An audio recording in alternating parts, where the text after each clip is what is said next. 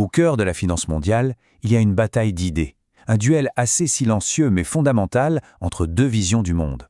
D'un côté, on a ceux qui pensent que l'économie est comme une grande horloge mécanique. Complexe, oui, mais qu'on peut comprendre. Et de l'autre, ceux qui sont persuadés que les marchés sont un grand chaos où, bien trop souvent, on confond la chance avec le génie. C'est l'histoire de ce choc et de la révolution qu'il est en train de provoquer. Tout part de cette question qui est juste fondamentale. Face à un système aussi imprévisible que les marchés, comment on fait pour bâtir une approche, non pas pour survivre, mais pour vraiment prospérer sur le long terme? Comment est-ce qu'on arrive à dompter cet océan d'incertitude? Eh bien, deux hommes y ont consacré leur vie et leurs réponses, elles ne pourraient pas être plus différentes. Et voici nos deux protagonistes. D'un côté, Ray Dalio, l'ingénieur philosophe, le fondateur du plus grand hedge fund de la planète, Bridgewater. Sa quête à lui, c'est de découvrir les lois intemporelles qui gouvernent la machine économique. Et de l'autre, on a Marcos Lopez de Prado, le scientifique un peu provocateur, dont la mission c'est de dénoncer toutes les illusions statistiques qui gangrènent l'industrie. Allez, plongeons d'abord dans l'univers de l'ingénieur. Alors, il faut comprendre que la vision de Ray Dalio, elle est grandiose. Il ne s'agit pas du tout de parier sur la prochaine tendance, non. L'idée, c'est de construire une machine d'investissement qui soit quasi parfaite. Un système conçu peut fonctionner dans n'importe quel environnement économique, basé sur des principes qu'il considère comme universels. Cette petite phrase, c'est la clé de tout son univers. Pour Dalio, le chaos apparent de l'économie, en fait, il cache un ordre logique. Si on décompose le système en ses rouages essentiels, la productivité, les cycles de la dette, etc., on peut en comprendre la mécanique. Ce n'est pas de la magie, c'est de l'ingénierie causale. Et cette approche, elle a bâti un véritable empire. Et quel empire! À son apogée, Bridgewater gérait plus de 150 milliards de dollars. Ce chiffre, il est vertigineux, mais ce n'est pas juste un trophée. Il représente le poids de la confiance que les plus grandes institutions du monde ont accordée à la machine de Dalio. Et cette machine, elle a vraiment subi l'épreuve du feu. En 2008, le système financier mondial implose, les marchés perdent plus d'un tiers de leur valeur, la panique est totale. Et le fonds phare de Dalio, Pure Alpha, il n'a pas seulement résisté, il a carrément prospéré avec une performance positive de près de 10%. C'était la preuve ultime que sa machine fonctionnait, même quand tout le reste était en panne. Le secret de ce succès, un concept que Dalio appelle lui-même son Saint Graal, la non-corrélation.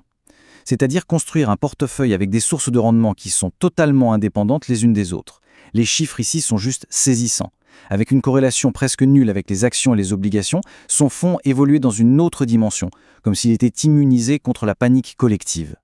Pour vraiment saisir l'une de ses plus grandes innovations, la parité de risque, il faut d'abord comprendre le dogme qui l'a complètement fait voler en éclats. Voilà le portefeuille classique 60-40, la sagesse populaire de l'époque. En apparence, ça a l'air diversifié, équilibré. Mais Dalio, lui, il a regardé sous le capot et il a posé une question qui dérange. Où est le vrai risque là-dedans? Et là, la réponse est un véritable électrochoc. Dans ce portefeuille soi-disant équilibré, 95% du risque vient en réalité des actions. Pourquoi? Parce qu'elles sont beaucoup plus volatiles. On pense être diversifié, mais en fait, on parie presque tout sur une seule et même chose. Et le point de génie de Dalio est là. Il ne faut pas équilibrer les capitaux, il faut équilibrer les risques. C'est ça la révolution de la parité de risque, une idée qui a changé la finance moderne. Mais voilà, pendant que l'ingénieur perfectionnait sa belle machine, un scientifique entrait en scène. Marcos Lopez de Prado, lui, il arrive dans le monde de la finance, non pas pour construire, mais pour tester, pour questionner. Sa mission, appliquer la rigueur implacable de la méthode scientifique à un domaine qu'il considère, truffé de fausses certitudes. Son influence n'est pas celle d'un fondateur qui a créé un empire unique. C'est plutôt celle d'un missionnaire des idées. En passant par les plus grands noms de la finance quantitative, il a semé les graines d'une nouvelle exigence. Il a propagé un évangile de rigueur scientifique à travers tout le système. Au cœur de sa critique, il y a ce qu'il appelle un péché capital, le backtest overfitting. En gros, c'est l'idée que d'innombrables stratégies d'investissement qui ont l'air infaillibles quand on regarde les données du passé ne sont en réalité que des mirages statistiques, des coups de chance qu'on a glorifiés. Et c'est là qu'il pose la question explosive à toute l'industrie. Est-ce qu'on célèbre des génies de la finance ou est-ce qu'on est juste en train d'applaudir les gagnants d'une immense loterie statistique? Pour lui, tant qu'on n'a pas les outils pour faire la différence, tout le secteur navigue à l'aveugle. L'explication, en fait, elle est d'une simplicité désarmante. Si on teste des centaines d'idées sur des données, les lois de la probabilité garantissent qu'on va trouver quelques pépites juste par hasard. Et Lopez de Prado soutient que l'industrie financière, avec sa puissance de calcul monstrueuse, est devenue une usine à produire massivement ces faux positifs, ces stratégies qui ne sont que du bruit déguisé en signal.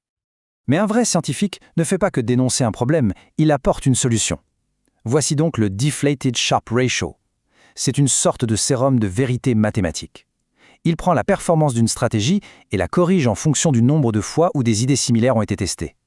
Et là, une stratégie qui paraissait brillante peut soudain se révéler statistiquement banale. C'est un filtre impitoyable contre l'auto-illusion. On se retrouve donc face à deux mondes. L'ingénieur qui cherche à modéliser la réalité avec de grands principes. Et le scientifique qui exige que chaque découverte soit validée contre le pur hasard. La vraie question, ce n'est plus de savoir qui a raison, mais de comprendre ce qui peut bien émerger de leur rencontre. Ce tableau, il résume parfaitement ce choc des titans. Dalio pense que la performance vient de la compréhension des causes économiques profondes. Lopez de Prado, lui, pense qu'elle vient de la découverte de modèles statistiques robustes. Dalio gère le risque en équilibrant sa machine globale, tandis que Lopez de Prado utilise le machine learning pour calibrer chaque pari. Le premier a une approche déterministe, le second une approche stochastique, qui prend toujours en compte le hasard. Et c'est précisément là que se trouvait la véritable avancée. Le futur de l'investissement, ce n'est pas un choix binaire. Ce n'est pas l'intuition contre les maths ou l'humain contre la machine. Non, c'est la fusion intelligente des deux. Concrètement, comment ce mariage fonctionne-t-il? C'est une sorte de danse en deux temps.